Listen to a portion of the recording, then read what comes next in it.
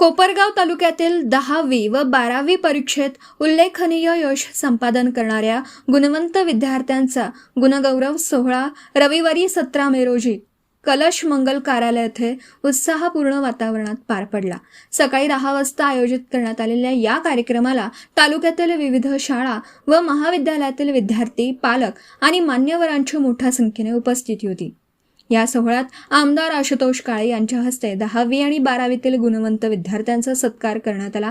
कार्यक्रमाचे प्रमुख पाहुणे सुप्रसिद्ध हास्यकवी अशोक जे नायगावकर यांनी आपल्या खास कविता शैलीतून विद्यार्थ्यांना प्रेरणादायी संदेश देत शिक्षणासोबतच संस्कारांचं महत्त्व अधोरेखित केलं।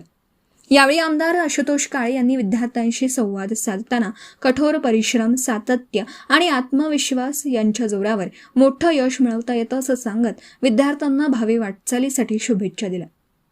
कार्यक्रमाला राष्ट्रवादी काँग्रेस पक्षाचे पदाधिकारी, नगरसेवक, कार्यकर्ते तसेच पालक मोठ्या संख्येने उपस्थित होते।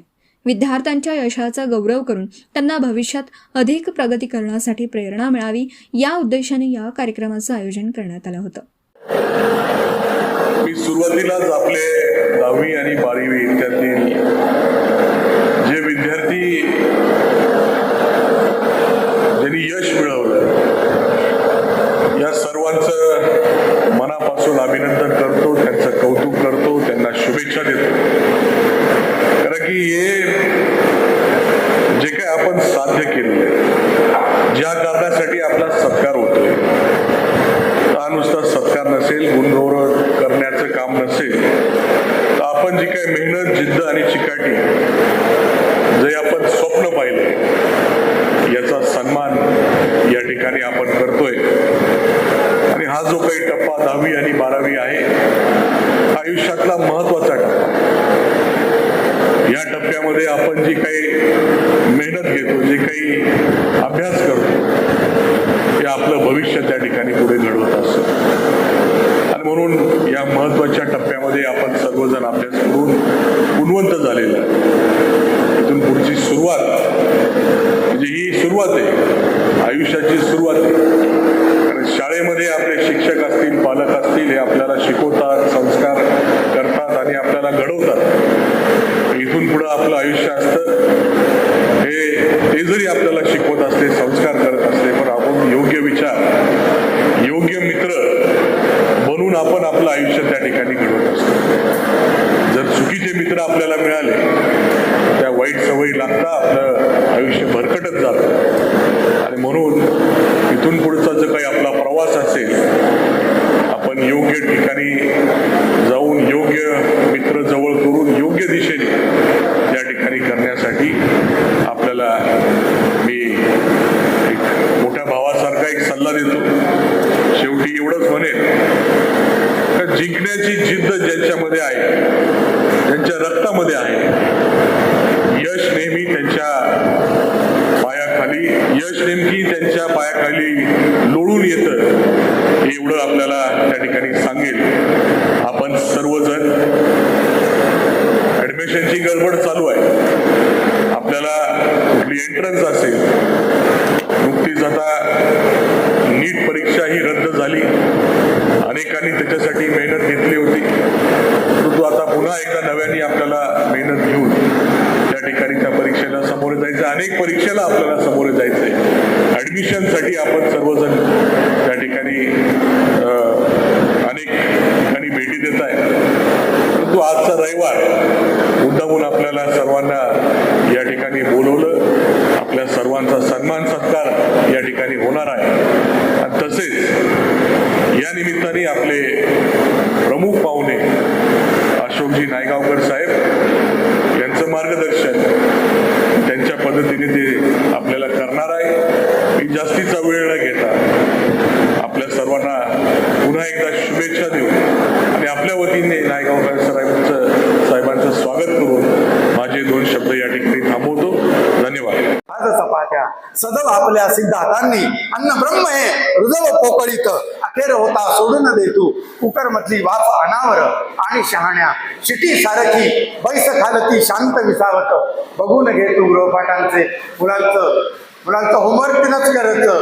सही करीन मी रिपोर्टावरी, विसरू नको पण पेन्सिली सनी, काढून देईन टोक निमुळते, अनंत असू दे तुझी नोकरी, अनंत असू दे तुझी नोकरी, देव करो अंडी वाढो.